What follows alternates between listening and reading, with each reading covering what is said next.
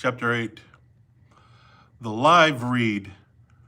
I did a live read yesterday, and I did this Chapter 8 live read thing yesterday because it's been a while since I've gone on, and it's been weeks actually, and I have been busy and whatnot, but I wanted to do another live read and get through Chapter 8 today because I can record and then edit later for the edited version with the images and the sound and whatnot. But because it takes forever, I thought I'd do the live read for anybody who just wants to watch it live. And, for anybody who wants to watch with the edited, they can watch later. So I'm doing the live read now. If you want to support the channel, just like I said yesterday, as far as the time it takes to edit, when the pretty much per hour or per minute of video, it takes about an hour or more, depending on the research, the image generation, sound and whatnot, to edit. And these videos were getting long, and I pretty much basically frankly, I got burnt out and I only got to chapter 6.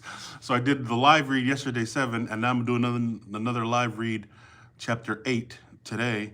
And then I'll do all the editing later, since the editing is going to take a long time. So let's just get right into chapter 8. So we're in Neafu, and anybody if you watched the video yesterday, the deal is that the Finau people, they made a deal with the Neafu people and Finau Ulukalala and all the Hapai guys that Finau has to send to Potoa or send the Hapai people back. He can stay there with some of his matapudas and his priests, but everybody else that's in Vava'u right now has to go back to Hapai. That's the deal. And the Hapai, the Vava'u people are cool with it, and they're gonna allow that to happen. But as far as we know right now, Mariner is insinuating that this is all a muse, right? Finau Ulukalala is trying to trick them, but he used the priests to trick them, the people and the other chiefs, to fool them into allowing him to stay. So we'll get right into chapter 8. I'll do the live read, and also I'll do the editing. And just like I said, the editing takes hours upon hours just to get 1 minute of editing. So I thought I'd do the live read now, and then edit later for anybody who wants to watch the edited and the other versions when I have time to edit and whatnot. So chapter 8, okay?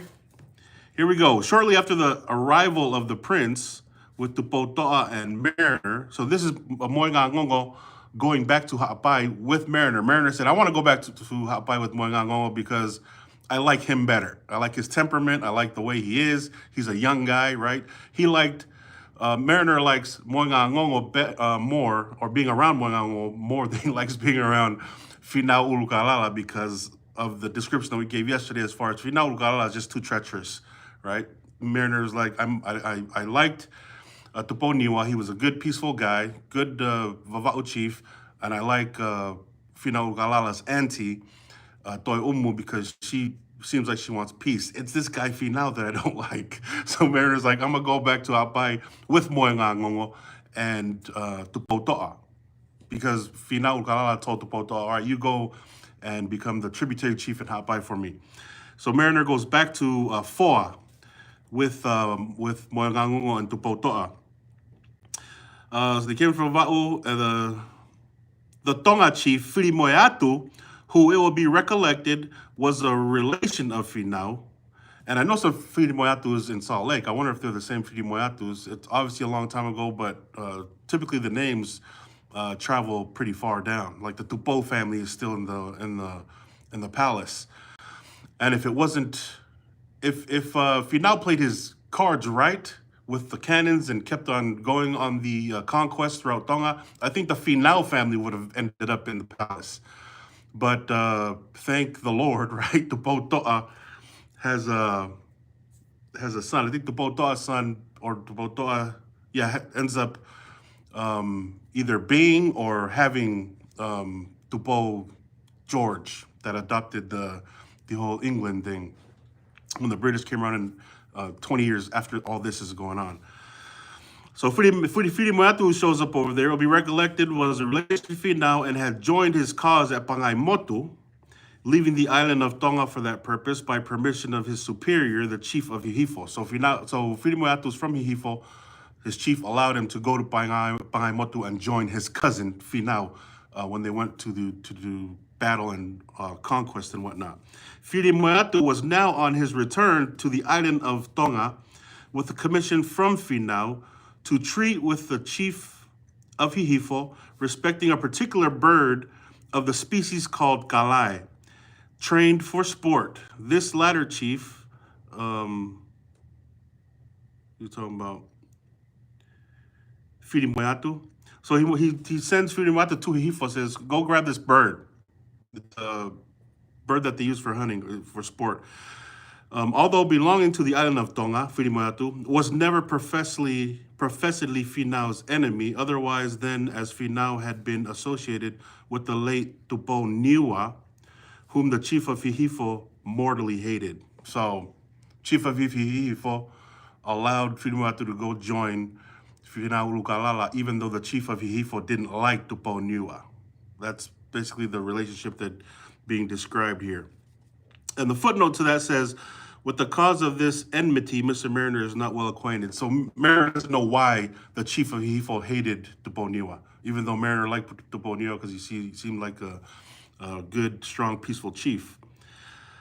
But as Tupo Niwa was now dead, and consequently all cause of enmity removed, Finau was in hopes he should be able to prevail upon the chief of Hihifo to make him a present of one of the first and best trained birds of the kind in question that ever was known, and which this chief had brought up with great care and kept in his possession, though it was the envy of every chief who had seen it. Now, kalai, I don't even know what a kalai is. I don't know if it's a parrot or whatever, but I've seen how the care that people take on birds that fight. I have a lot of cousins in Hawaii that have that do cockfighting and bird fighting and whatnot. And I've seen the care that they take when they take care of these birds. They train them, they put boxing gloves on them, and it's a trip to see the care they took as far as these birds fighting. So I can only imagine that the kalai, the bird used for sport and training, how the chief of Hihifo took care of it, that Finau, now that Tupo Niwa's dead, and the chief of Hihifo, now they can be friends, Finau asked Fidi Moatu to go back to Hihifo, from Ha'apai, to go back to Hihifo in Tongatapu and ask his chief if he could have the bird, right? So, and we all know that Finau Ulukalala was part of the assassination of Tupo Niwa, so he's probably thinking, and probably sneak a little word in, right? He probably already knew that Finau had something to do with it, so he's thinking, all right, go grab that, see if he'll let me have the kalai that he's taking care of, because a lot of people are talking about it, and a lot of people, are crediting this chief for taking care of that bird. This particular bird, Finau was already desirous of having to practice the sport called whanakalai, of which we shall give a description. So they're going to describe right now what whanakalai is. Okay, the sportsman armed with a bow and arrows conceals himself within a large cage made of a sort of wicker work, covered over with green leaves, but not so much but what he may see his game. So I'm picturing like a cage fighting, almost something built like that, but only out of bamboo sticks and rods and whatever around, covered with green leaves and stuff. And so it's just you and the bird in the cage, and you're hiding and the bird's in there. And it seems like the bird is wise enough or clever enough to know that it's in a fight or in a sport. When you throw two chickens at each other, and it's crazy to see this, when you throw cockfighting, you throw two chickens at each other, they already know what to do. They're already in fight mode, and they have knives on their things and whatnot. And so they're pretty smart, or at least they're clever animals. On the top of this cage is the cock bird tied by the leg, who makes a noise and flaps his wings as if calling other birds to come and fight him. So the kalai stands on top of the cage and does its call for other birds. So it's standing there trying to call out other birds. Within is a smaller cage in which there is the hen bird, who also makes a particular noise as if in answer to the one on the outside. But this, as it may, both cockbirds and hens are attracted towards the spot and are shot by the sportsman. That doesn't seem fair, does it? So the birds are calling each other. The kalai is tied and it's on top of the cage, and another chicken, I guess, or hen or whatever is inside. And then you lay there under leaves, surrounded with leaves or whatever, and then you just wait around to shoot them as they're trying to go toes. You shoot them, or that's what it sounds like that's going on. This sport is practiced by none but the king and very great chiefs. Really? For training and keeping these birds require great care. Oh, okay, that's why. It's too expensive for everybody to do. Kind of like golf now. As well as great expense. One man is appointed to each pair of birds, and he has nothing else to do but attend to the management of them. And if this is not done with the utmost skill, they will not make the noise necessary to attract others. So there's a bird trainer that trains the kalai to make the sounds and whatnot. It seems like to feed them, and it says it's all he does, just a bird trainer. And if he does it well, then the kalai will be a good caller or have good calls or whatnot, and be a good sport. So much attention, in short, is paid to these birds that their keepers are authorized to go and demand plantains for them of whomsoever it may be, and however scarce may be this article of food. So he's saying that you can anybody that he asks for whether it's, and the crazy thing about the bananas, because he's saying plantains and plantains are bananas, is there are so many versions, right? Because you have the chiaine, which is banana. You have a hopa, which is a fat banana. You have the pata, which is it's almost like it has more angles. The hopa's round. It's kind of like a banana. The hopa's more rounder. And then you have the mispeka, which are tiny bananas. And he's saying that any sort of plantain that is required, he can go ask from anybody, as long, to feed these birds. And they have to give it to him, because this sport is only for chiefs. Even if there were a famine and the people almost starving, if a keeper sees a fine bunch of plantains, he will go and tapu it. The keeper can tapu things, right? And tapu, pretty much you just go and tapu something. It's like tapu que toyala gay, or tapu. That's what I'm calling it, because this game right here is for the higher ups and the chiefs, and they've given me authority to tapu things. So I'm gonna tapu that banana tree right there. Nobody can eat from it. And then it is, right? So let it be, as the kings of old, right? Whatever you say, whatever your word is, that shall it be. Which he does by sticking a reed in the tree and telling the proprietor that those plantains are tapued for the use of the birds. So you can just grab any, bamboo stick and stick it in the tree. Yep, this is tapued for the birds. These, in a famine, they're allowed to do this even in a famine. That's crazy. These keepers live well and are in general very insolent fellows. Oh boy, this is crazy. Let me look up what, I'm not absolutely sure what insolent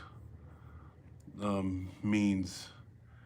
If anybody knows, let me know, or maybe I just forget. I'm just gonna, like I said, I've read this the third time, and sometimes I don't know some of the words. And so I just, look it up. They're insolent fellows. So these bird keepers, they're allowed to put a tapu on anything, even in a famine, to take care of these freaking birds. Impudent, overbearing. Oh, okay. So they're like arrogant. So it's no different from anybody that works for the government, right? They use so much of taxpayer money or whatever on whatever they want, and they spend it unwisely and whatnot. So these guys are insolent. So they're like arrogant, right? I'll do whatever I want with whatever I want. I'll tapu anything because that's the power I'm given. Insolent bastards. Okay. Sometimes committing very great depredations under frivolous pretensions of procuring food for their birds. See, there you go. It says right here, committing great deprivations under frivolous pretensions. So sometimes it's not necessary, but he'll just go claim it anyway because he has the authority and the power, that person, okay? I wonder what that word is. The person who takes care of that bird, what's that word, right? Because he's given power and authority, and every chief has a title. I wonder what the title of that guy is. And if anybody knows the title of the guy who takes care of the kalai, let me know, okay? Because I'm sure that name still exists either in Hihifo, where the kalai is getting picked up from, or in Hapai, where the kalai ends up with Finau Ulukalala. But that'd be an interesting thing, because anybody who's given a job from the higher ups, the kings, the chiefs, and whatnot, they're usually given a title as well, because it makes it more important and it gives them the authority, and that authority makes this guy a freaking arrogant guy, unless he's a good guy. But it seems like, according to Mariner, they're pretty arrogant and they'll do whatever they want with that power, right? Let me read some of these things, see if there's any. There's a mala in Feritoa. Is there one with a platform or a giant stone covering, right? That's what I've asked Vava'u guys, and they said they don't know, or they don't see, or what I'm saying or what I'm describing isn't the location of where the actual cemetery is in Vava'u.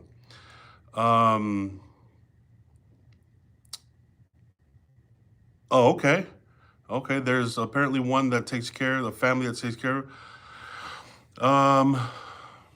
My langi.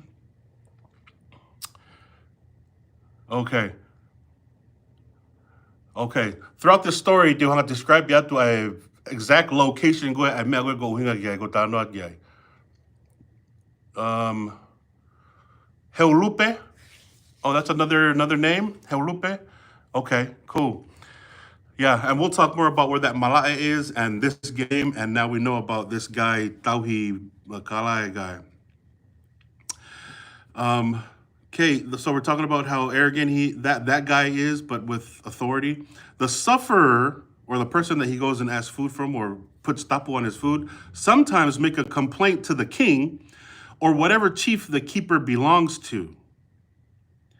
And if the chief thinks the offense really outrageous, he orders the man a severe beating, which is usually done by inflicting heavy slaps with one open hand upon his bare back, or striking him about the head and face with a fist. Okay, so he probably doesn't have a title, because Mariner said that if he steps out of line, and if the king decides, oh, mamafa out there, or whatever, the tapu that he puts on people's food, the king either slaps him bare on his back, right? Which I've seen a lot of that in Tonga. If somebody is you, or whatever, your mom or your dad or whoever, they get to slap you right on the freaking back, right? Or he's gonna punch you in the head or punch you in the face, right? With a fist. If he thinks, it's like, if you do something that's off, it's too much. Like, why'd you tapu all his bananas, right? If somebody did that. So I guess he's not a chief at all. Filimuatu soon departed from Foa on his way to Hihifo and arrived at this place without any accident. He was not, however, so successful in the object of his journey as he expected to be, for the chief of Hihifo was unwilling to part with a bird, which he said had caused great hazard to himself and the loss of many lives to preserve. So the chief of Hififo is now saying, well, that it cost him, like people died because of me trying to take care of this bird. So he's telling Fidi Moyato, you're going to have to go tell Finau I can't do it because it's too much, just costs too much trouble for me to take care of this bird for me to just give it away and give it to you, even though, it is Finau Ulukalala, right? For he had sustained wars with so many other chiefs. Wow, Kalai, is it that big of a deal? Is it that serious? Who had quarreled with him on account of his refusing to give it them, that he left, he said, more than ever resolved to keep it. Or so that he felt, more than ever to resolve to keep it. So the chief of Hifo is saying, I've got into so many arguments with other chiefs because in Tonga, as we already know, they're higher ups in the hierarchy. If it's an equal chief or one higher up and they ask you for something, it's automatic. Well, this chief, it's Finau Ulukalala. He friggin' conquered Nuku'alofa and now he's in Vava'u, right? He's asking for it. So it's not just any other chief or king, right? But this chief felt it that in Hifo saying, I've gotten too many fights with too many chiefs over this bird. And he's saying people lost lives just so that I can keep it. So you're going to tell Finau Ulukalala, I ain't got it, right? And now right now, Finau Ulukalala is acting like a mob boss. So he's not going to be happy about this, about the Hifo chief doing this, even though Mariner mentioned that now that Tupo Niwa's gone, perhaps Finau can use that as a tokening bargain. Since you hated Tupo Niwa, let me get that bird, right? To trade off almost in the insinuation of Tupo Niwa.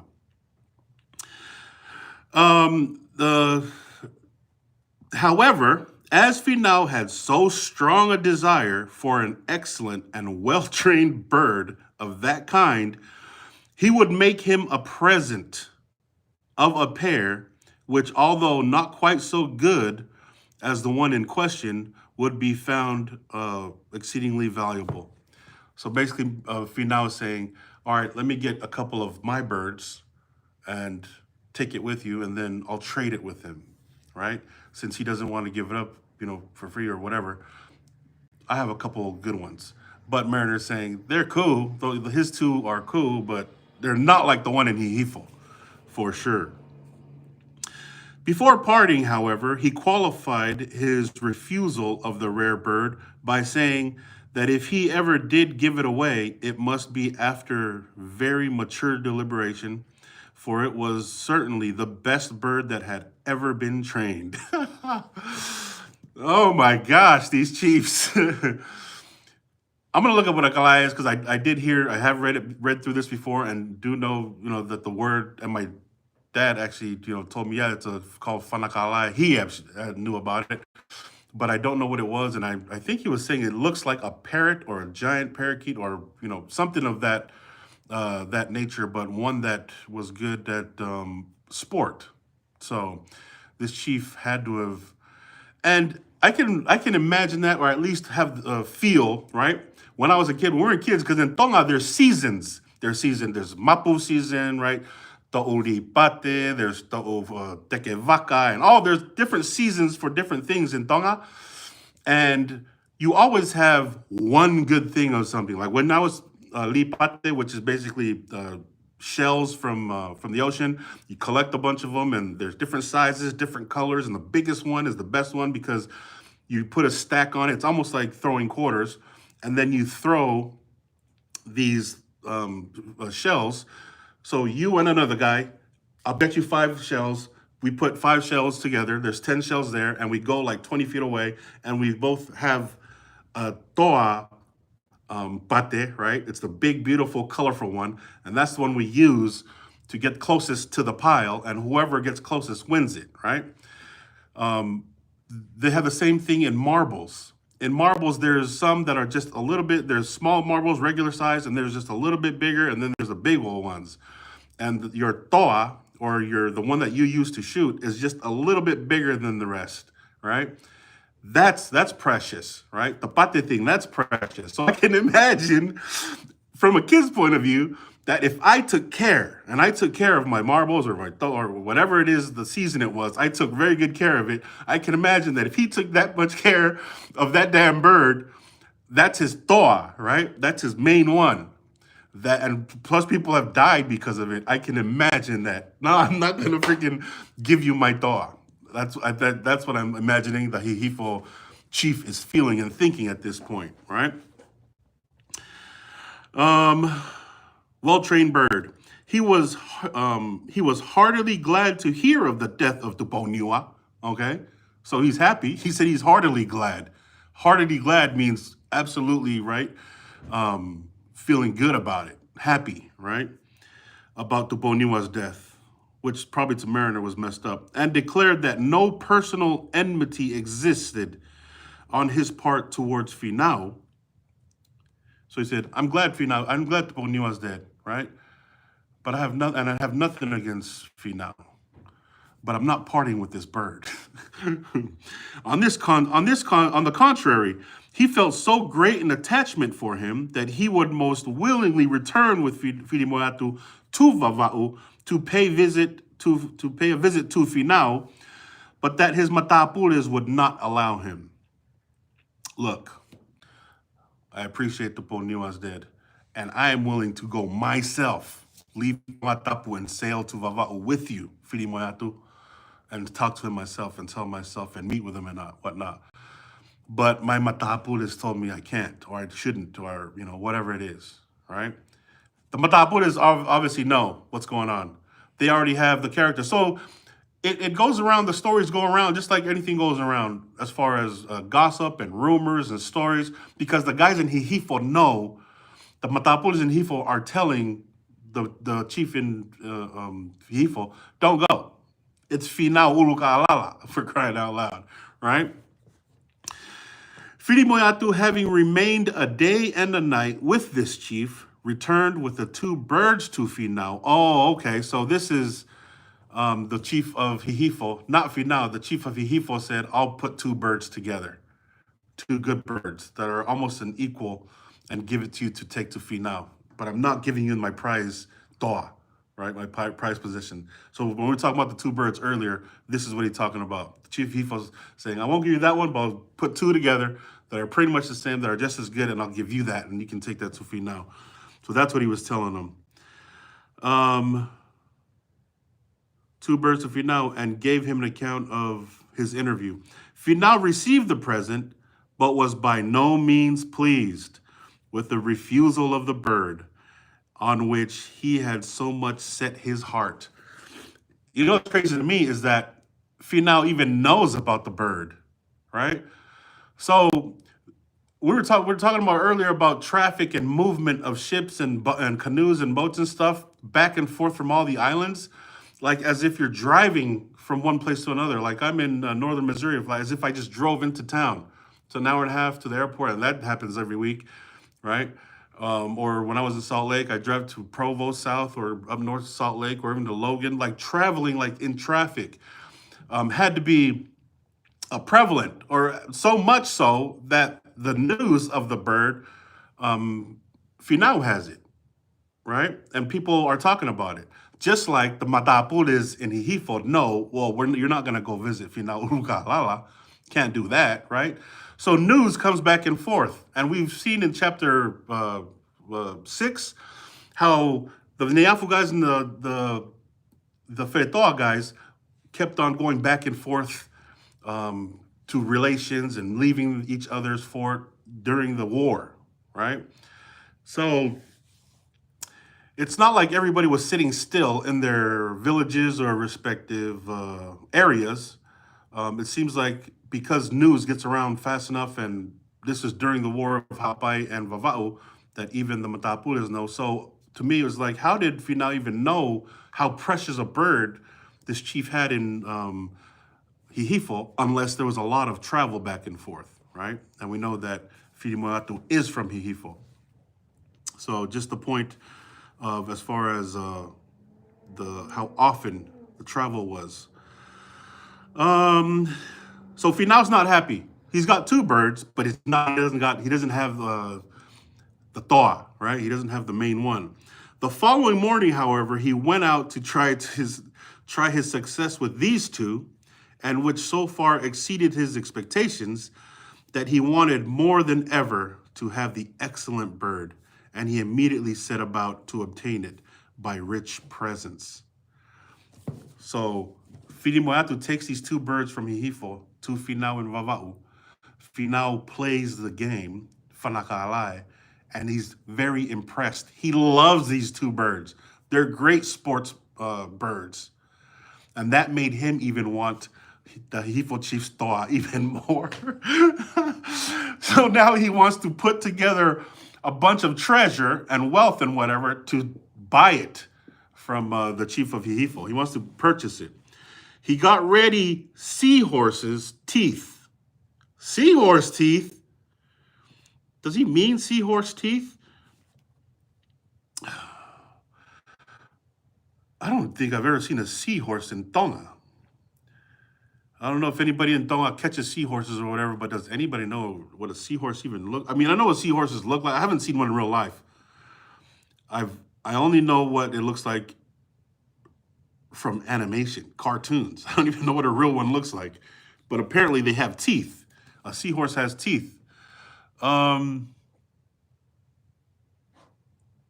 Okay.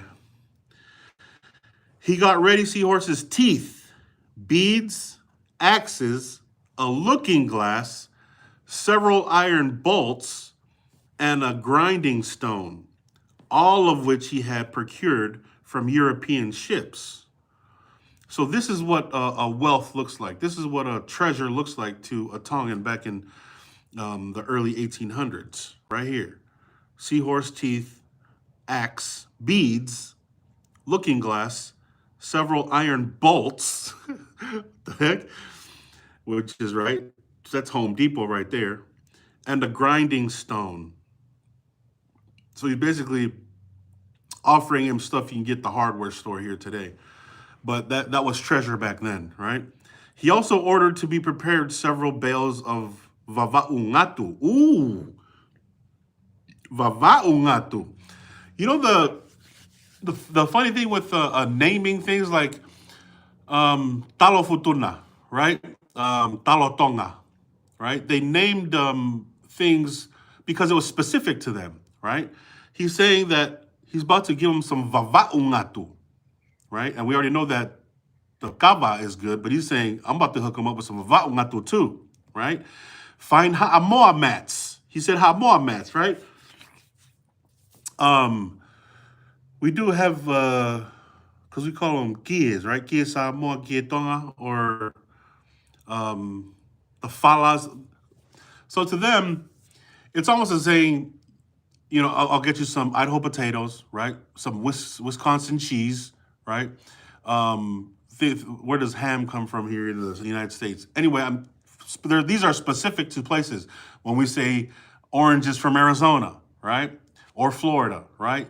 Mango from Hawaii, right? Mango Hawaii, and these are friggin' Arizona oranges. He's putting specific names on them as if those are the ones back in the days, right? I'm about to hook him up with some vava'ungatu and ha'amoa mats, right? And a large quantity of kava. Oh, wait, there we go. Now we're talking. Kava vava'u, that's what it is right there. That's where it's at. The whole of which he gave in charge to Filimoeatu to take immediately to Hihifo and present them to the chief, except some of the kava, which he was to distribute among the lower chiefs and matapures to engage them more readily in his interest. So he's saying, all right, take all this to your chief in Hihifo, but some of the kava, give those to some of the matapures and the other chiefs. So he's basically doing that to whakaheke, right? To trick them into talking the high chief into, fuck you, hotoa, give him that bird, right? That's what Finau Ulukalala's plan is anyway.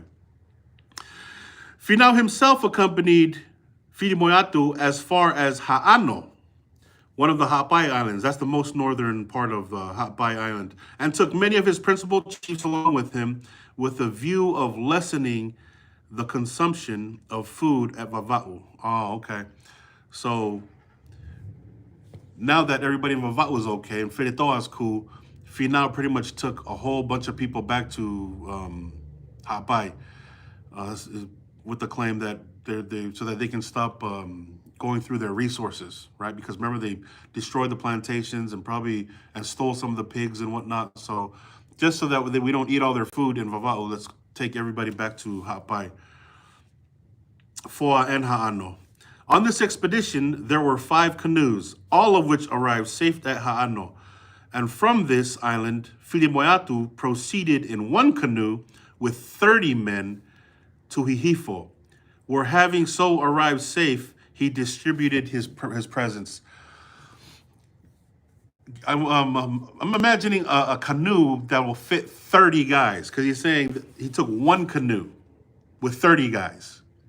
How big the canoes were back then and how common it was for 30 guys to jump in a canoe and go to Tonga, right? From Ha'ana, which is the most northern part of Ha'apai. They went from Vava'u, and that was the last time we checked. When they first went out there, it was 5,000 of them, right?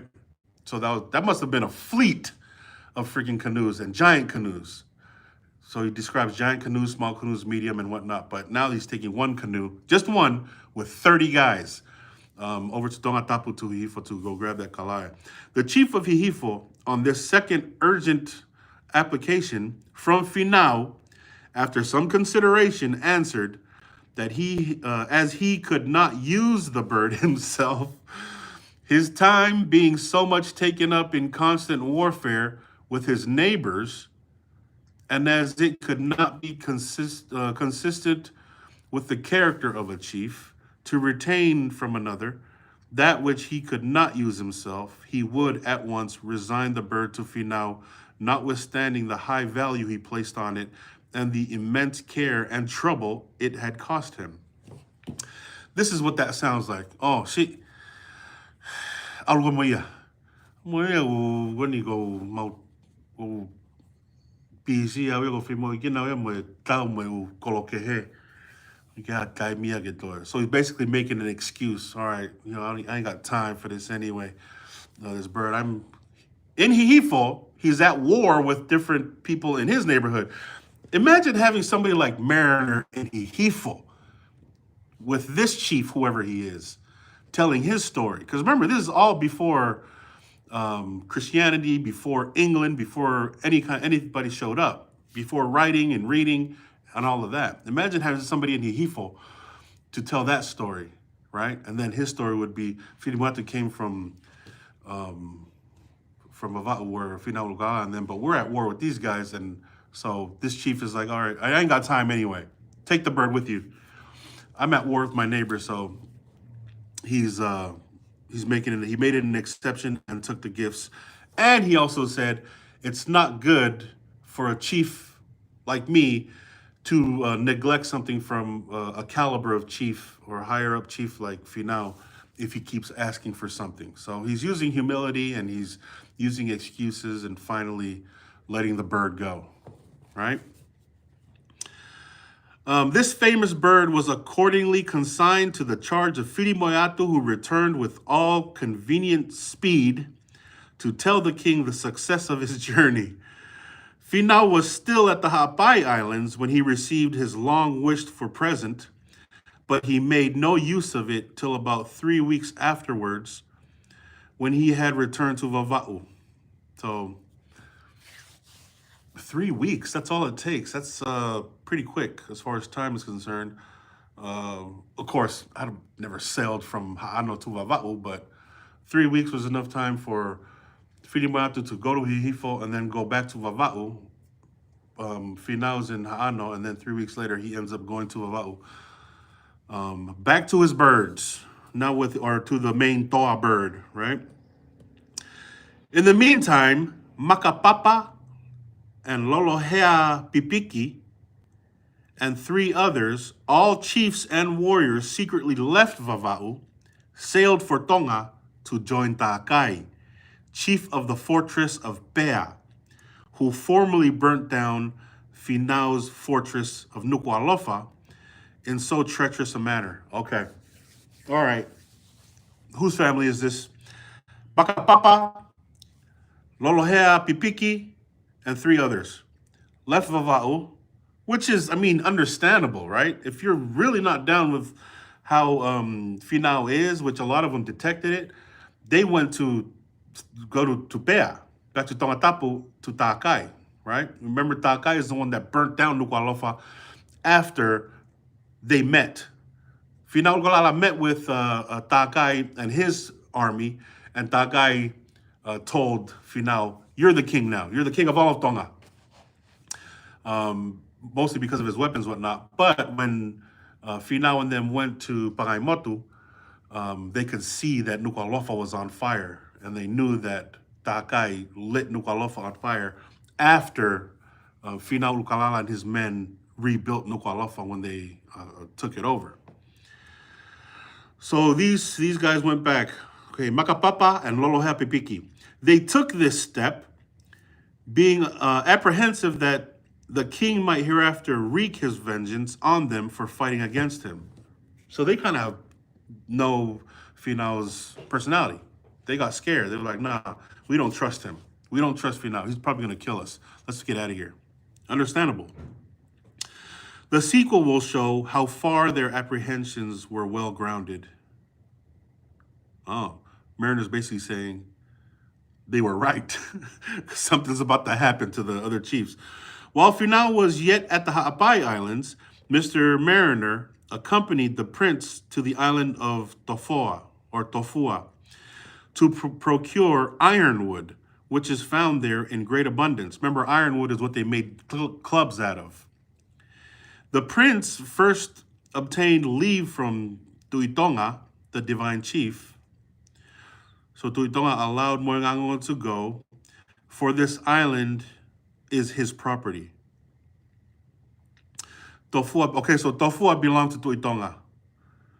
I think earlier we said that the Tuitonga family name back then is Fatafehi, and this guy's in Ha'apai, right? I've never heard that before, so this is what Mariner is telling us, so that we're knowing who the Tuitonga line is at that point in time in Ha'apai. The last name was Fatafehi, and he owned Tofua. Oh, so it's considered sacred. So to the Tongans, Tofua is considered sacred because the Tuitonga owns it. Besides, it is supposed to be the residence of the sea gods. And on this account, the people firmly believe that no sharks will hurt a man who is swimming near upon its coast. So they believe that if you're swimming anywhere near Tofua, because it's sacred, no sharks are going to be able to eat you, right?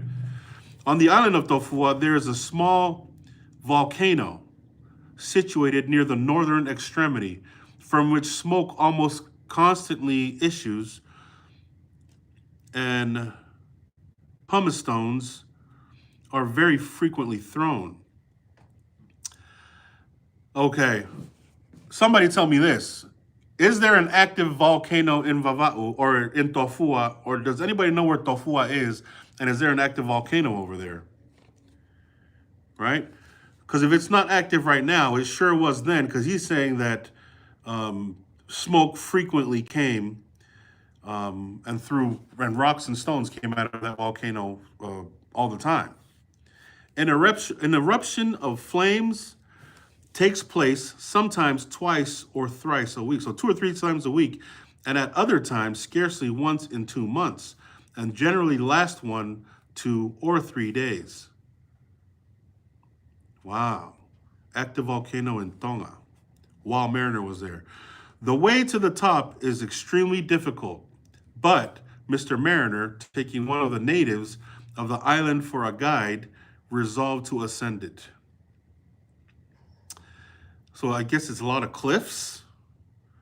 They began the ascent early in the morning, and although their progress was much impeded by the quantity of loose pumice stone and often rendered very dangerous, they reached the top in about 4 hours.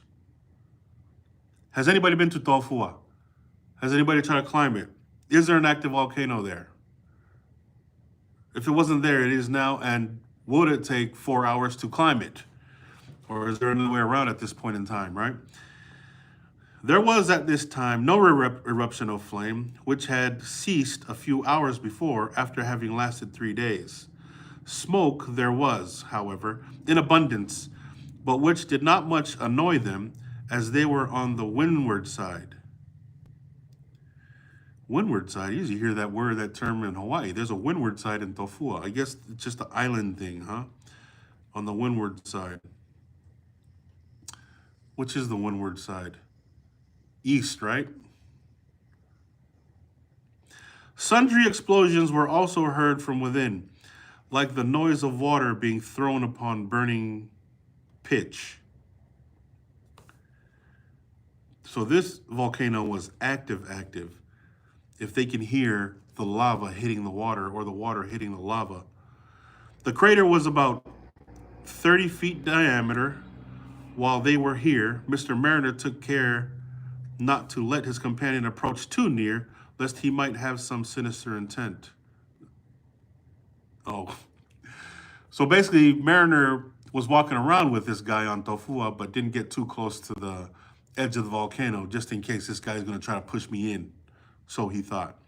Such precaution was by no means unnecessary, as this species of treachery, when it can be performed secretly, is not unusual, particularly among great warriors when they have some petty interest to consult. All right. The word lapa in Tonga is in the Mariner definition in Mariner's dictionary. The word lapa means to assassinate. Right. This sounds like lapaing guys was common, because Mariner is saying often warriors of different gauges, they would be treacherous to each other, right? They'd kill each other, they do things to each other. And their Mariner is saying, I'm going to stay away from the edge of the volcano, because in Tonga, especially if it can be done secretly, they would do that. Warriors would do that to each other, just to one up the other warrior, to kill the other warrior, to do damage to the other warrior if he had something against them. Especially to take out somebody that's greater than yourself, right? And that's common today. Like everywhere you go, right? Growing up, it seemed like it's always been a character of the Tongans is to target the toughest guy. like like they say in prison, in jail, right? You find the toughest guy and you punch him or knock him out, beat him up. The thing with the Tongans, especially when people start mouthing off here in America, and a lot of the American behaviors, right? They'll get loud, like the in the ghettos or in the hood, right? That's how they portray how tough they are. They get loud and they talk this and they cuss and whatnot. In Tonga, it wasn't like that. In Tonga, those guys died first, right? Those guys were the guys that tough guys practice on. And I can see that throughout my upbringing here in America. If somebody does that, people are usually quiet. Guys are just quiet. Nobody's scared, right? Like if you did that around different cultures, that would be scared or fearsome to get loud. But in Tonga, it put a target on your back if you got loud and out of place. But the ones that they like the most, the warriors wanted to do the most, is to outdo or outmaneuver or out military the tougher guy, the toughest guy. And so Mariner's saying, if this guy's treacherous, has a treacherous personality, he's going to end up pushing me into this volcano. This, however, is not to be considered the natural disposition of the Tonga people, but a practice which, along with that of war, they have learned from the natives of the Fiji Islands, where a man seldom goes out, even perhaps with his greatest friend, without being armed and cautiously upon his guard. Mariner is saying the Tongans, this part of the Tongan personality apparently comes from the Fijians, because they do this to each other. They outdo each other and they kill the toughest guy, because once you kill the toughest guy, you become the tougher guy, right? All the way up. But at the same time, the personality, because he's saying this isn't natural to them. They don't do this, like this isn't what they do, but it's an assassination tactic that warriors use amongst each other. Because the natural Tongan behavior, as he described, is peaceful, and you control your emotions. You don't get out of hand. You don't, right. That way, you're always safe. If you can control your temper and control your emotions, people will trust you. People are trusting with men like that, and still be vicious and savage on the battlefield. But I guess they got it from the Fijians. Oh, Tosoviti. Mr. Mariner had therefore provided himself with a pistol as a defense against any violent measures on the part of his companion. On their return down the mountain, he told his companion that he might have shot him dead and nobody would have been the wiser. To which the man replied, I see you are lotopoto. Basically saying, I see that you're wise. So Mariner told him, I could have shot you. I have a pistol. I could have shot you at any point in time because it's just us two. Nobody would have known. I could have shot you and killed you while we were up there. And the Tongan responded back, I see you get lotopoto. I see that you're wise, right? Like you know what's going on, right? Let me read that one again. On their return down the mountain, he told his companion that he might have shot him dead and nobody would have been the wiser. To which the man replied, I see you are lotopoto, like the Fijian people. Ha! Mari and Fiji. So the Mariner, right? I don't know why he would say that, but he'd say, see, come on now, don't be fun. And the Tongan, his guide, says, you're wise like the Fijians. Huh? Meaning that he possessed policy and caution against treachery, and added, as I am unarmed, it is of proof that I had no ill design, and therefore did not suspect any in you. Oh, so he's basically saying, yeah, you're wise to be careful and be on your toes, head on a swivel. You're wise to be like that. But he came back with, but I'm unarmed, and you knew that. And because I'm unarmed, you couldn't expect treachery out of me, so I didn't expect it out of you. She, Marty, right? These guys are cunning guys, and they still sound the same. Like we sound the same. We outdo each other in conversation and banter as well. It's like, oh,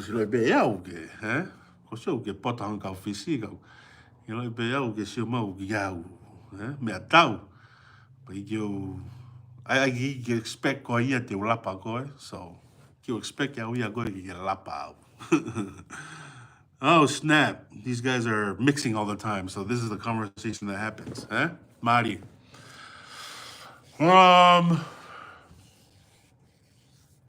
Yeah. And sometimes it's just palafu, right? They're just bluffing. But that's wow, that's amazing little dialogue right there. While on this island, Mr. Mariner went to see the grave of an Englishman, John Norton, belonging to the boat of the Bounty. Oh, the Bounty. The Bounty? Remember that old movie called Mutiny on the Bounty? I wonder if Captain Bligh, that's him, Captain Bligh. The movie Mutiny on the Bounty with Captain Bligh, it's an old movie from the 60s or 70s. I remember watching it a long time ago. And it was supposedly, they were supposed to be on, they went to a savage island, but they looked black. I thought they were Fijian or African or something. But it says right here that John Norton, belonging to the boat of the Bounty, right? Captain Bligh, whose crew had mutinied. What the heck?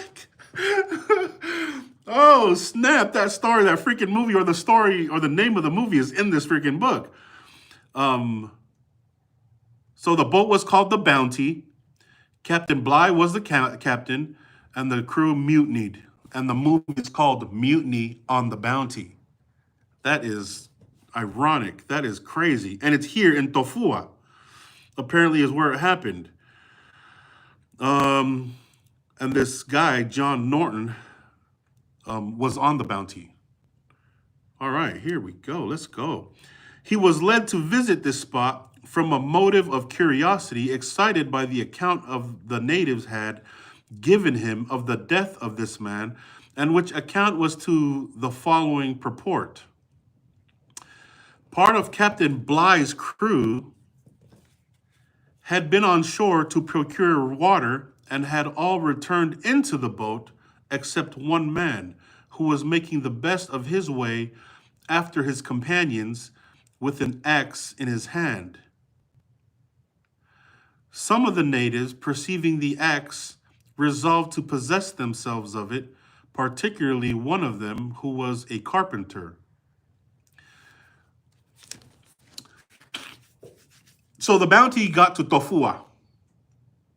Captain Bligh and them, they went on shore for water.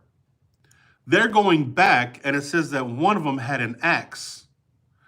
And one of the Tongans on Tofua wanted the axe. He was a little farther behind. And so let's go. He wanted the axe because he's a carpenter.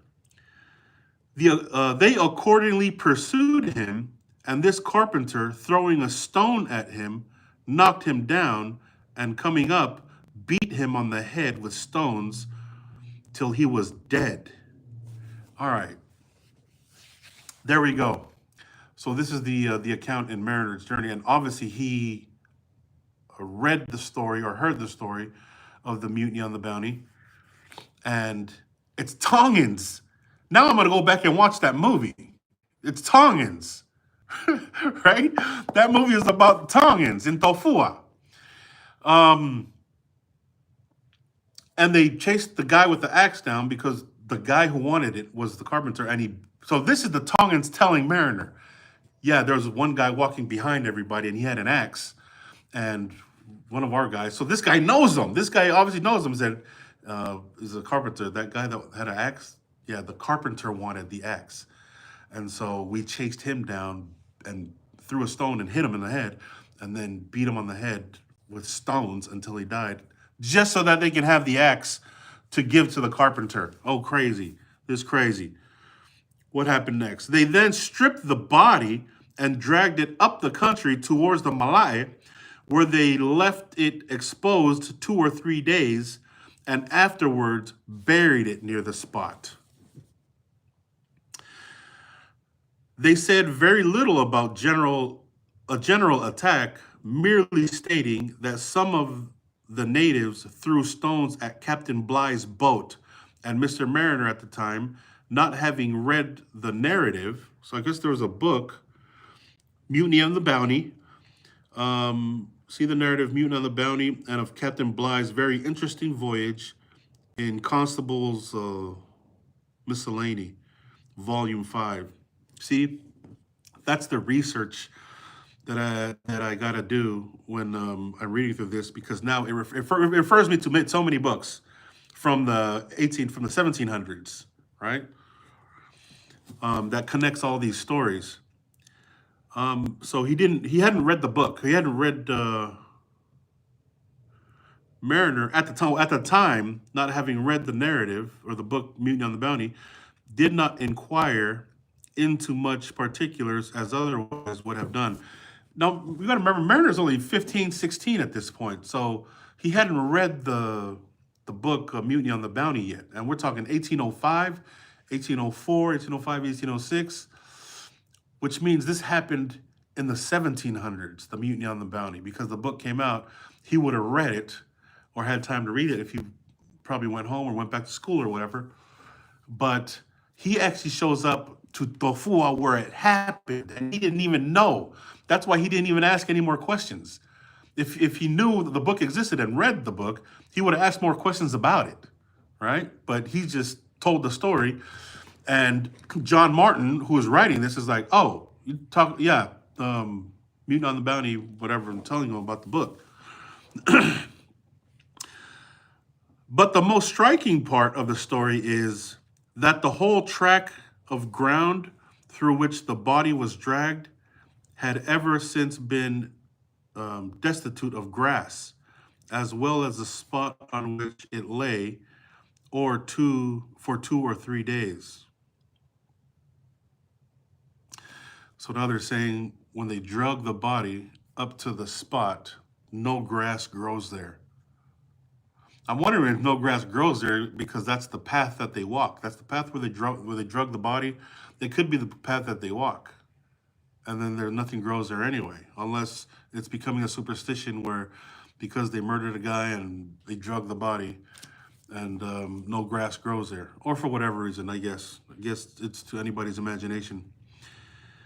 It was this circumstance, principally, that engaged Mr. Mariner to visit the place, and there indeed he found the bare track of ground from the beach near to the place where they say he was buried, nor has it much the appearance of a beaten path. Oh, okay. Besides that it leads to and from places where there are but few inhabitants. So I guess where they drug the body is actually nothing grows there. It's not a beaten path. He says it's saying not a beaten path, but interesting. That is interesting because it sounds like a Tongan story, right? Like like why, right? Why would that be? But the strength of the superstition and the strength of the faith of the Tongans is crazy. So I can see that it has a tie to something like that. I'd be superstitious, or I'd believe something like that. At the termination of this tracks, there is a bare place lying transversely about the length and breadth of a man. So he's basically saying, where we drug him from the beach all the way up to the Malae, no grass grows there. And at the end of where we drug him, no grass grows there. And Mariner is saying it looks like the length and the width of a guy laying there. So basically, the Tongans told him that, and that's what Mariner is describing now. However, trivial such relations may appear in themselves, they are worth mentioning. Sure. With a view to contrast them with the accounts given by credible travelers. Oh, so he's putting it together with other people's stories. That just blows my mind that Mutiny on the Bounty was in Tonga, dude. Now I'm excited to go and watch it and see how close the history is to what Mariner is being told. Okay, so connecting with different travelers that they may tend to prove how far the statements of the natives may be dependent on. Besides which, in some instances, as in the present, they show what kind of superstitions they are subject to. There you go, superstitions or faith, depending on how you look at it.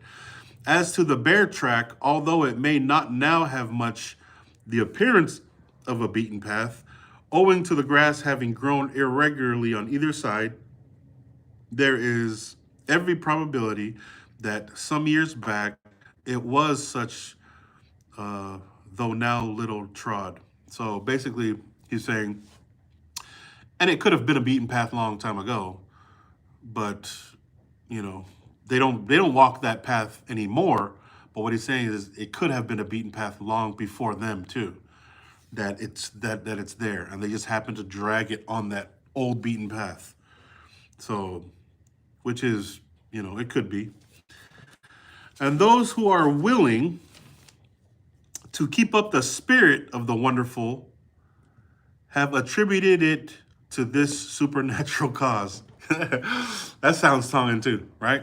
A lot of the stories, which may have come from superstitions, just like the spontaneous combustion, right? An old theory, scientific theory, an old theory, as far as there is rags in a mechanic room, right? This isn't an old garage, and this is just a theory, right? Back then, that they used to stack rags in a corner, and all of a sudden mice would end up there, right? And they're thinking, that if you stack rags anywhere, that mice will all of a sudden show up there. I don't know if that's the right one, if that's the correct theory. It's been a long time. Shoot, I haven't heard that since high school. Maybe I got it mixed up.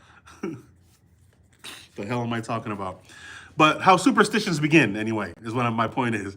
How superstitions begin, they may be scientific, but because you don't know the entire story of how it happened, then they may just become a superstition. Oh, this all of a sudden happened. Just like the old stories of Tonga or Hawaii or Polynesia themselves, this animal came out of the ocean. Well, what happened before or during or between that? Because we know that people can't pull, freaking islands out of the ocean.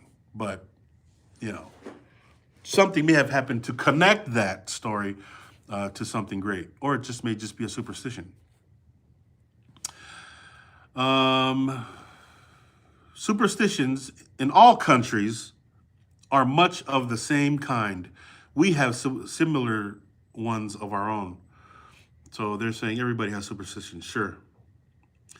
They're good stories, right? They're good stories anyway. So enjoy them. While Finau was yet at the Ha'apai Islands, he often held conversations at his kava parties with Filimueatu, respecting the state of affairs at Tonga. So Filimueatu and Finau Ulukalala would sometimes mix together and talk about what's going on in Tonga, Tonga Tapu. Among other things, this chief related, so he's talking about Filimueatu, that a ship from Botany Bay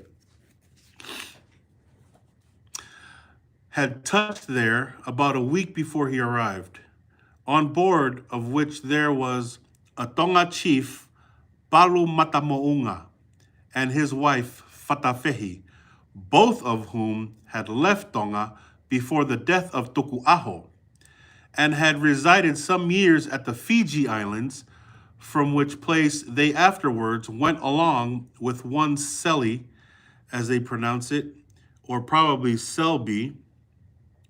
Oh, his name was probably Shelby, and the Tongans were pronouncing it Seli, which is right. We still do that. Yo, Captain Nico Seli, but Mariner John Martin's probably saying it's probably Shelby. An Englishman in a vessel belonging to Botany Bay to reside there. So this is who it is.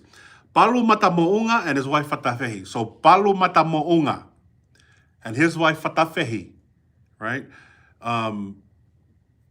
When Filimueatu goes to Hifo, he runs into them.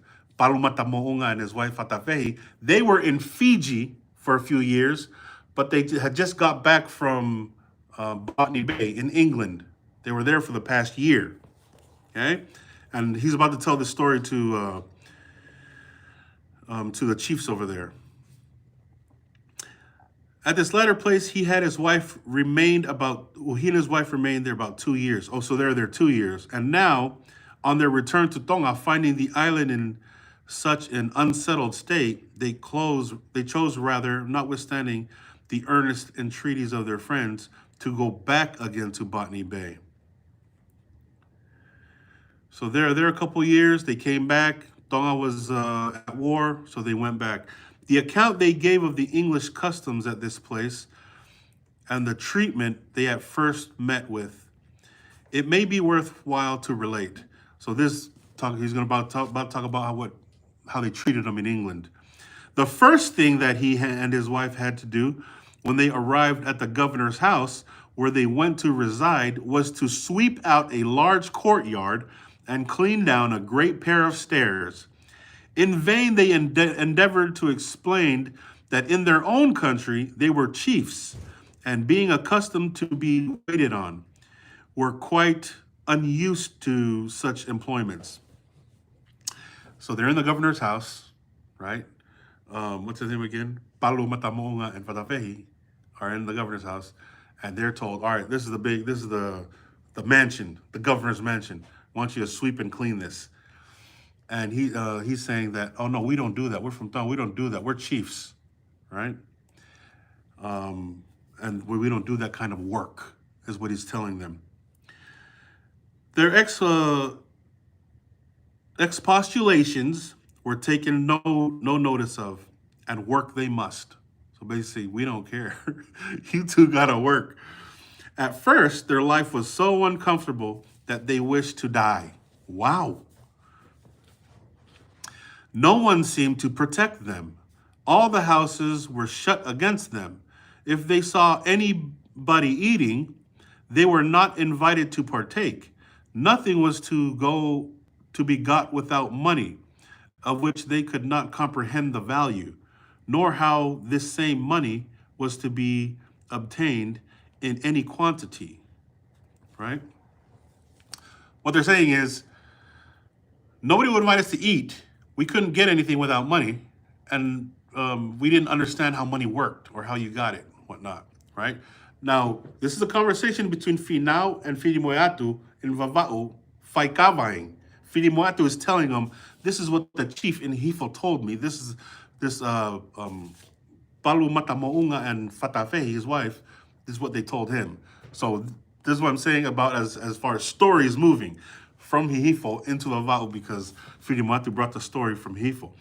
Okay, and it goes, and this is them in England, Palu Matamounga and Fatafehi. If they asked for it, nobody would give them any money unless they worked for it. And then it was so small in quantity that they could not get with it 1/10 part of what they wanted. So they're minimum wage, right? Probably a nickel a day. One day, while sauntering about, the chief fixed his eyes upon a cook shop, and seeing several people enter and others again coming out with victuals, he made sure that they were sharing out food according to the old Tonga fashion. And in he went, glad enough of the occasion. So he's going into this restaurant thinking that they're going to share food. Look, the fire, you can smell the food. He's walking into Burger King and he's going to have it his way, right? That's not going to happen, as we're going to see. After waiting some time with anxiety to be helped to his share, the master of the shop asked him what he wanted. And being answered in an unknown language, straightway kicked him out. So he started speaking to this guy in Tongan, the manager, basically, the cook, saying, hey, what's up? Right? The guy kicked him out. Taking him for a thief that only wanted an opportunity to steal. Thus, he said, even being a chief did not prevent him being used ill, for when he told them he was a chief, they gave him to understand that money made a man a chief. Ooh, money talk around here, buddy. This is my language, right? No matter what, I'm chief, whatever he was saying, he could probably speak a little English because he's been over there, but he's probably saying, no, chief, yeah, good chief. It's like, nah. This is chief, right? Cash is king here, buddy, in the Western world. After a time, however, he acknowledged that he got better used in proposition as he became acquainted with the customs and language. So Palu Matamounga is getting good at speaking and was cracking. He expressed his astonishment at the perseverance with which the white people work. Perseverance, my bad. The white people worked from morning till night to get money. Nor could he conceive how they were able to endure so much labor. Oh, snap. He's basically calling his people lazy, bruh. Nah. Palu Matamounga is saying, what the hell are these people doing? I can't believe they can work for this long, work this hard, and, from morning to night. Like, what are they doing? Why are they doing this? What are you guys doing, right? Which is, for us, it's like, we know what that is. We know what's cracking. Like, why? As long as you can eat and feed your family, why would you work that much, right? I can feel Matamounga or Palu Matamounga. He's got the right idea. How these Palangis can endure so much labor. All right, after being heard this account, Finau asked several questions respecting the nature of money. What is it made of, right? Finau asking Filimoeatu, so what is it made of? What's this money made of? Is it like iron? Can it be fashioned like iron into various useful instruments? If not, why cannot people procure what they want in the way of barter, right? Why can't they do it in trade? Can you trade for it? But where is money to be got? Basically, this is all Finau's questions. If it be made, then every man ought to spend his time in making money. That when he has got plenty, he may be able afterwards to obtain whatever else he wants. That's so ironic that he gets it, right? He gets it. It's like, oh, can you make it? What is it made of? Can you make it? Because if that's what's valuable to him, to the people over there in, where Paulo Matamogo was at, then why don't you spend all day making it, right? Or making money? Well, that's what the work and hard labor is for, buddy, right? Because not everybody makes money. He's talking about physically, obviously, but really, it's time that makes money to the workers, for the workers. So Finau understands it. In answer to the last observation, Mr. Mariner replied, "Oh, now so Mariner, Fili Moyatu, and Finau Ulukalala are Faikawine together, and this is the conversation they're having." Mr. Mariner replied that the material of which money was made was very scarce and difficult to be got, and that only chiefs and great men could procure readily a large quantity of it. And this either by being inheritors of plantations or houses, which they allowed others to have for paying them so much tribute in money every year, or by their public services. Okay, so he's talking about property or work, employment, what kind of job you can do. That's the only ones that can have it. There's people, the high chiefs, the higher ups, they can have it because of all the property they have and sell, or you can go work for it. That's how money is acquired.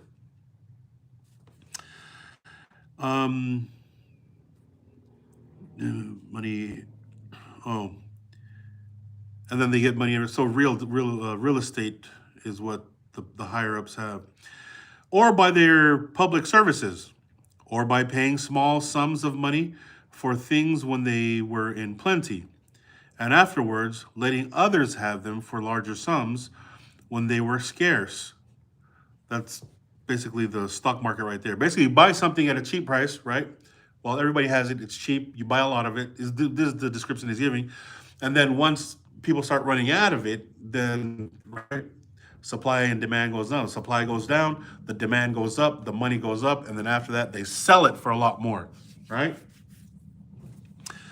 And as to the lower classes of people, they worked harder and got paid by their employers in small quantities of money as the reward of their labor.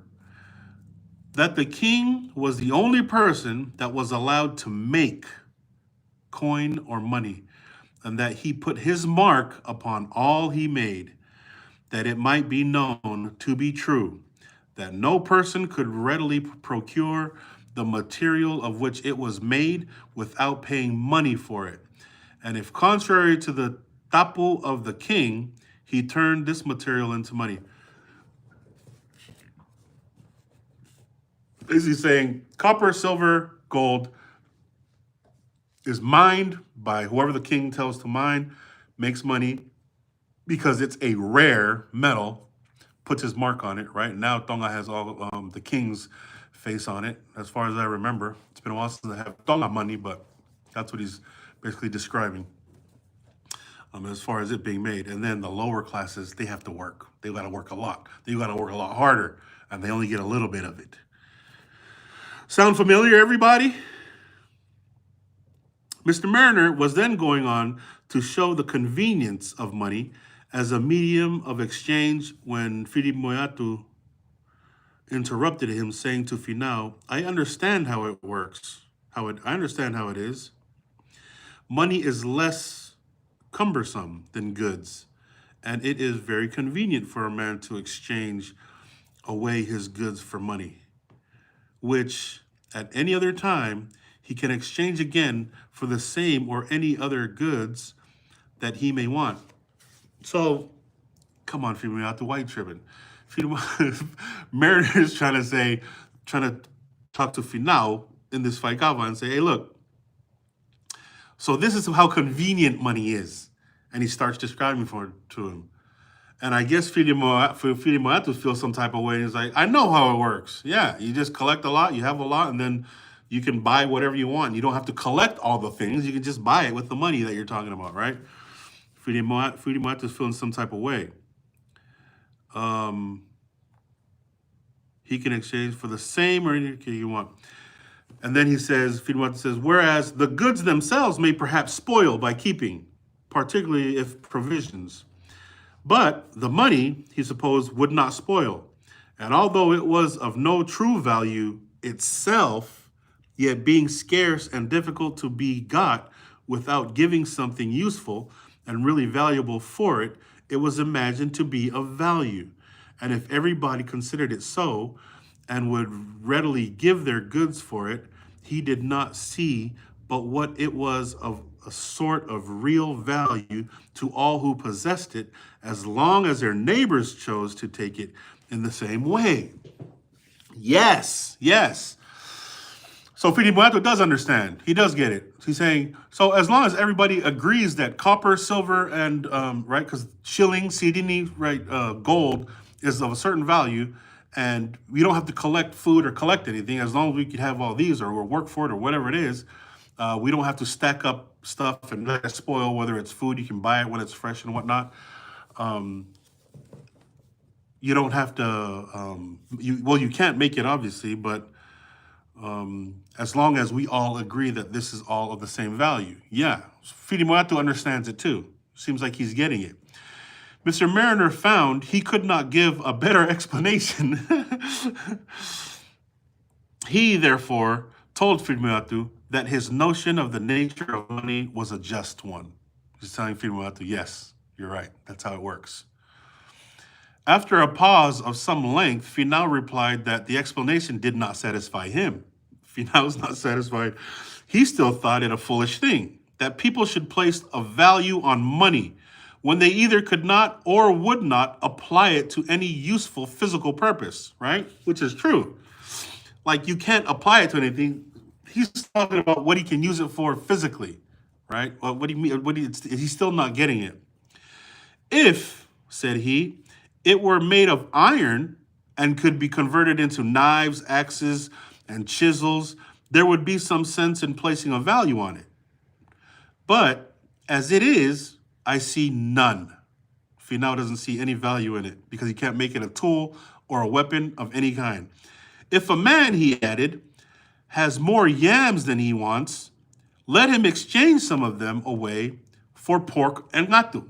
Right? If I had extra yams, I'll trade you for pork or ngatu. Certainly, money is much handier and more convenient, but then, as it will not spoil by being kept, people will store it up instead of sharing it out as a chief ought to do, and thus becomes selfish. Oh, snap. Finau gets it. Finau's looking at it from a Tongan perspective, right? Finau's looking at it and saying, well, if it doesn't spoil and you collect as much as you want, then what's the point? Like, you can collect as much as you want, and then it's just going to be yours, and then you're just going to become greedy. You're going to become selfish, right? If it's not yams or pork or anything that you can share, that's not going to do you any good because it can stack up and not spoil, and then you just become a selfish person for stuff that you can't use. That's how Finau's looking at it, right? So seems like Filimuato kind of gets the concept of money the gist of it, right? Whereas if provisions were the principal property of a man, and it ought to be, as being both the most useful and the most necessary, he could not store it up, for it would spoil. And so he would be obliged either to change it away for something else useful or share it out to his neighbors and inferior chiefs and dependents for nothing. He's looking at it from a king's point of view as far as Tonga and the proper or the he's looking at the moral. He's looking at it from a moral standpoint, right? If it doesn't spoil and you can't share it, then what's the point? What is the point? That doesn't make any sense that you can have it and just stack it and get greedy. Finau sees no point in these coins, these silvers and whatnot. Then Finau concludes by saying, "I understand now very well what it is that makes the Papalangi so selfish. It is this money."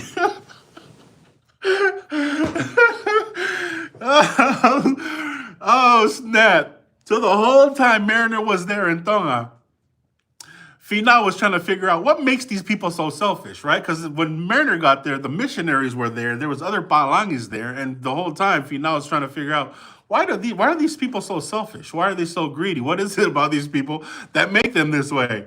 And now Finau is realizing, oh snap! I understand now why Palangis are selfish. It's because of money. And yes, yes, right? To a point, right? Because we got to put it in perspective, and it's got to be in context. But yes, money does make men greedy. It makes men selfish, right? The exclamation point, though, when he realized it, right? I understand now very well what it is that makes the Papalangi so selfish. It is this money, okay?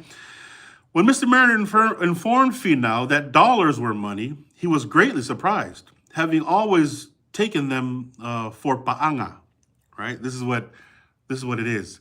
He's always taken money for paanga. This is the first time it's ever been used as far as the term paanga for money. Finau says he always took the dollars for money, for paanga. And it says right here in the footnote, paanga is the name they give to a certain kind of bean which is used in one of their games. The lafo. That's the one that where you fold the fala like this, and then it's the ifi bean. It's a big bean. And once it dries, it becomes real smooth and brown. And you fold your fala like this, and you're sitting across from somebody, and you're sliding it as close as you can, using the walls of the fala back and forth to get as close as you can without going over the other side of the fala, of the mat.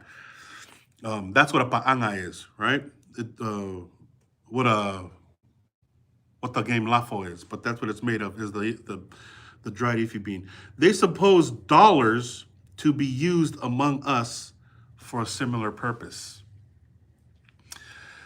So that's how useless money is, right? Because dollars back then were also in coins. He compared it to a paanga, right?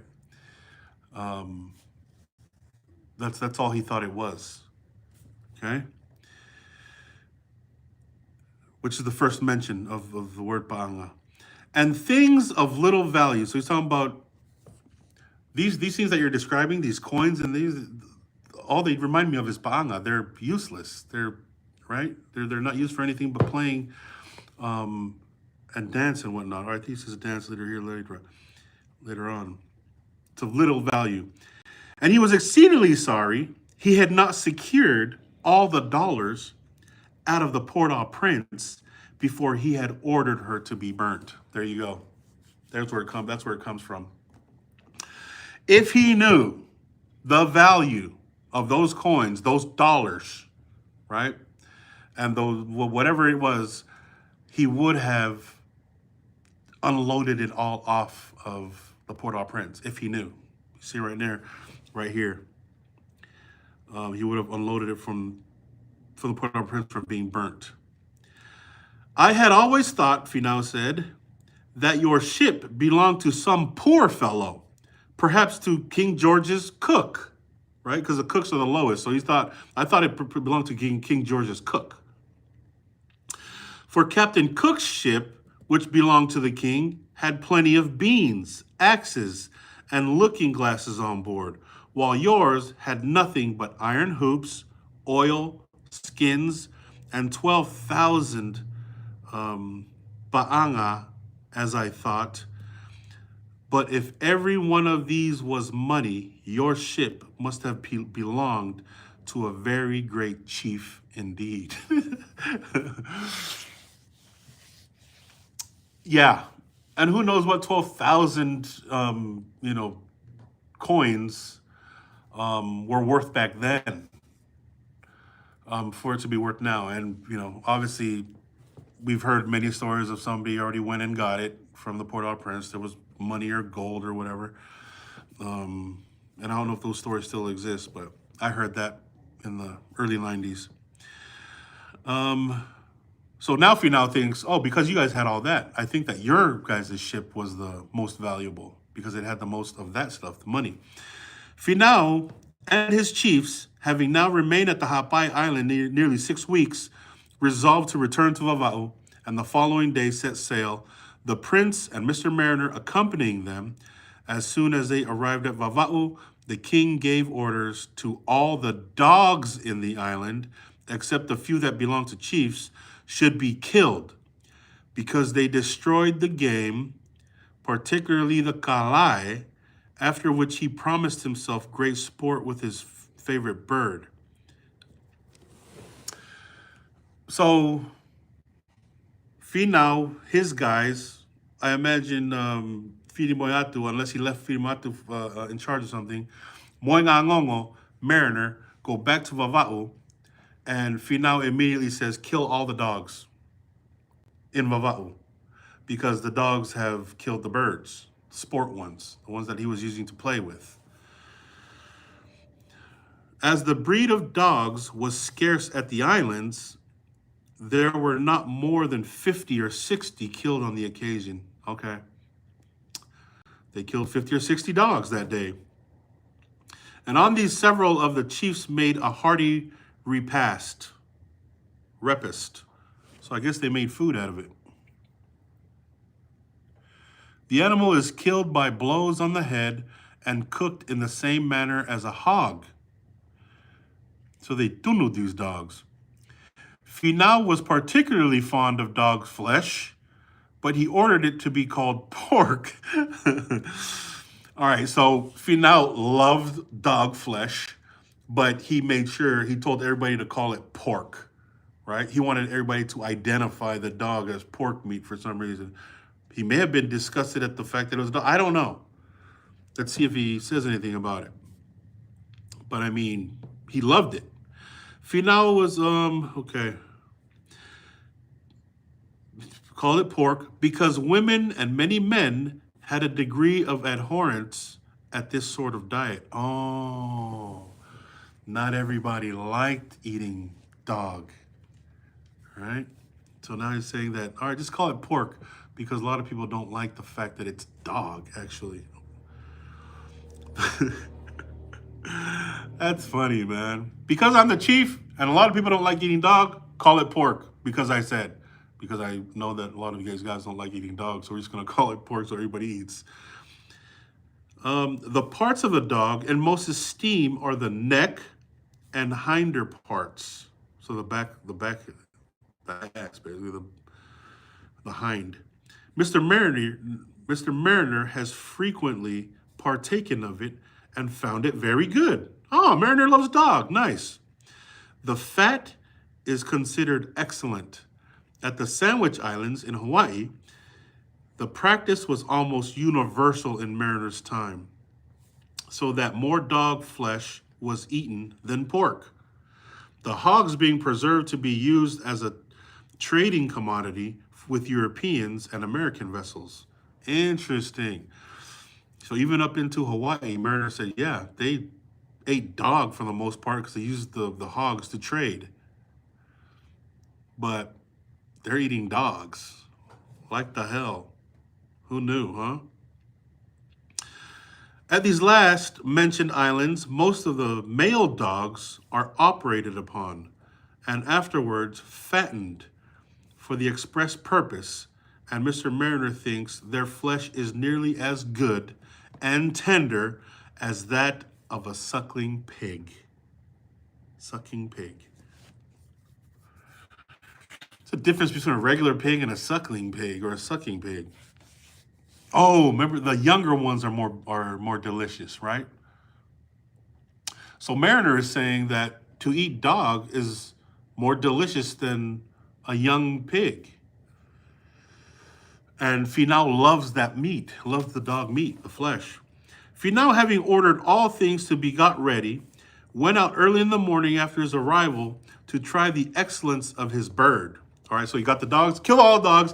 I'm about to bust out my toa, my bird, and I'm about to play Finau and had very great sport. The day following, he went out again, but the bird, from some cause or another, would not make any noise, which made him so angry that he knocked it on the ground and beat it with an arrow, and after having almost killed it, gave it away to one of his chiefs, declaring how vexations it was to have a bird that would not speak after having had so much trouble with it.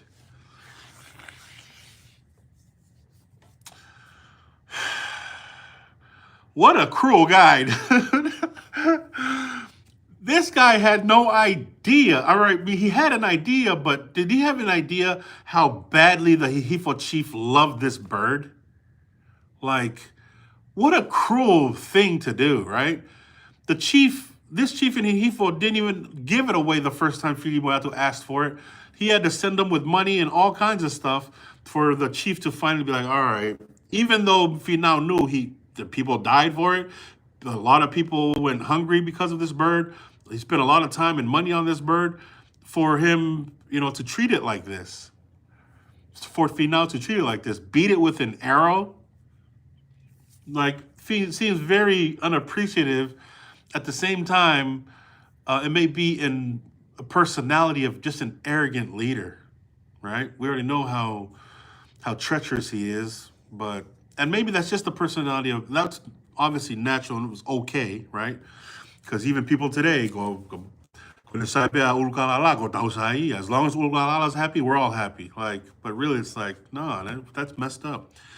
In my personal opinion, that's messed up.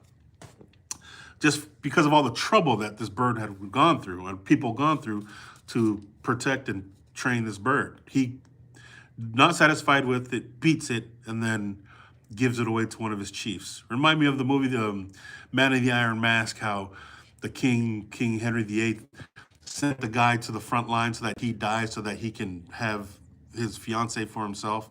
And once he was done with her, it was done, right? That's what it reminds me of.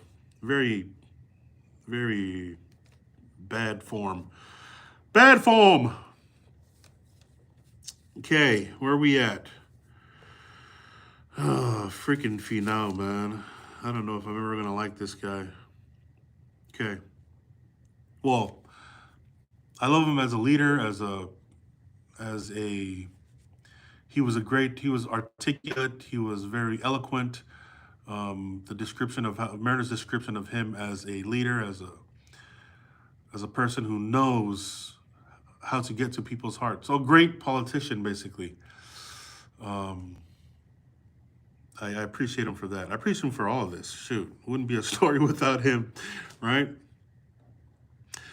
He afterwards used the two birds that were first sent to him and was tolerably well satisfied with them. All right, now Finau's pissing me off. All right, that's right, done complimented you. You done pissing me off again. Look, hey man, that was chapter 8.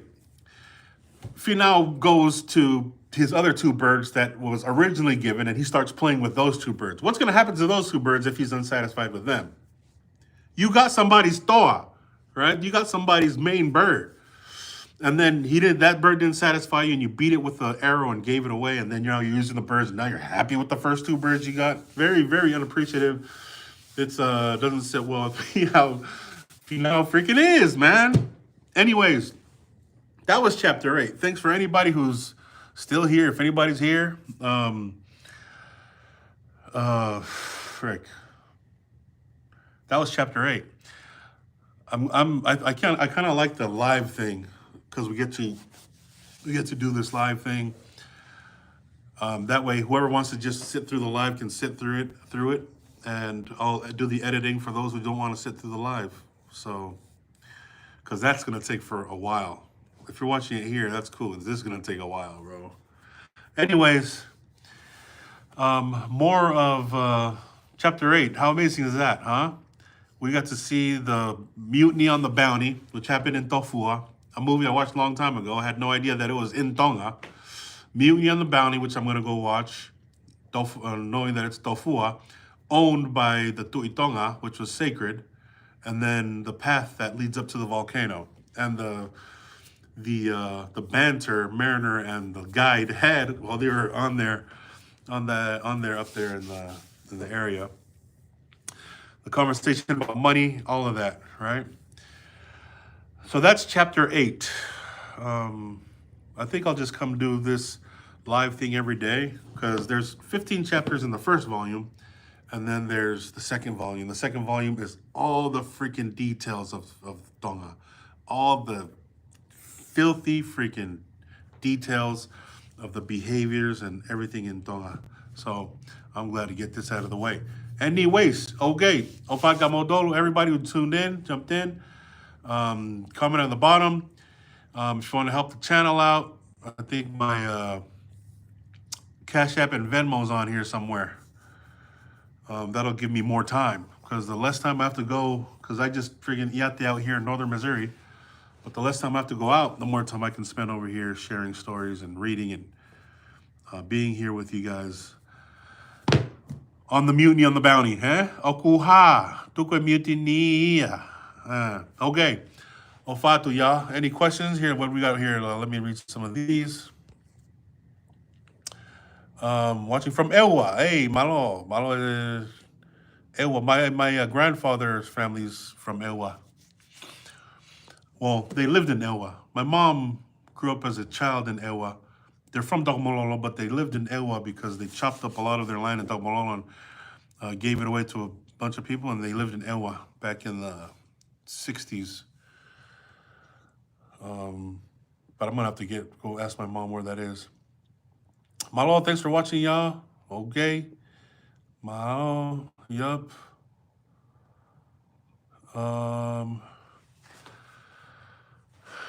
Usually because of the Old English. Yeah, right? The Old English grammar is difficult. Yeah, definitely. Definitely love reading and paraphrasing and all of that. Yeah. So, anyway. Yes, thank you everybody for joining. Ify beans is currency. Anyways, the ify bean thing, as far as the paanga, they're used to wrap around. There's another good description. They used to string around, and they wrap around the wrist and the ankles, and they use it to haka and make noise. That's what he thought. That's what Finau was getting at. It's the paanga. Paanga is things that make noise, right? You pa, things that you hit, and then it made noise. Paanga, the thing that you pa. Somebody fix that for me. And they string it up and put on their wrists and their ankles, and that's what makes the noise and the sound when they haka, right? That's what paanga was back then. Finau was saying those coin things that you're talking about, since you can't make it, they're just like paanga. And ever since then, started calling money paanga. So that was our insight into Finau Ulukalala, Fidi Moyatu, and William Mariner Faikavaing. That was their conversation of Faikava, which is, I'm glad freaking Mariner brought it up, because that would be a conversation with Mariner trying to describe, and Finau and Fidi Moyatu, them talking and whatnot about it. So anyways, till next time, Hafatka Modolu, we'll talk to you tomorrow. Okay. Ofatu. Wait, how do I freaking stop this? What's going on here? What's going on? All right, I don't know what I'm doing, y'all. I don't know what's up. Oh, that's a camera flipper.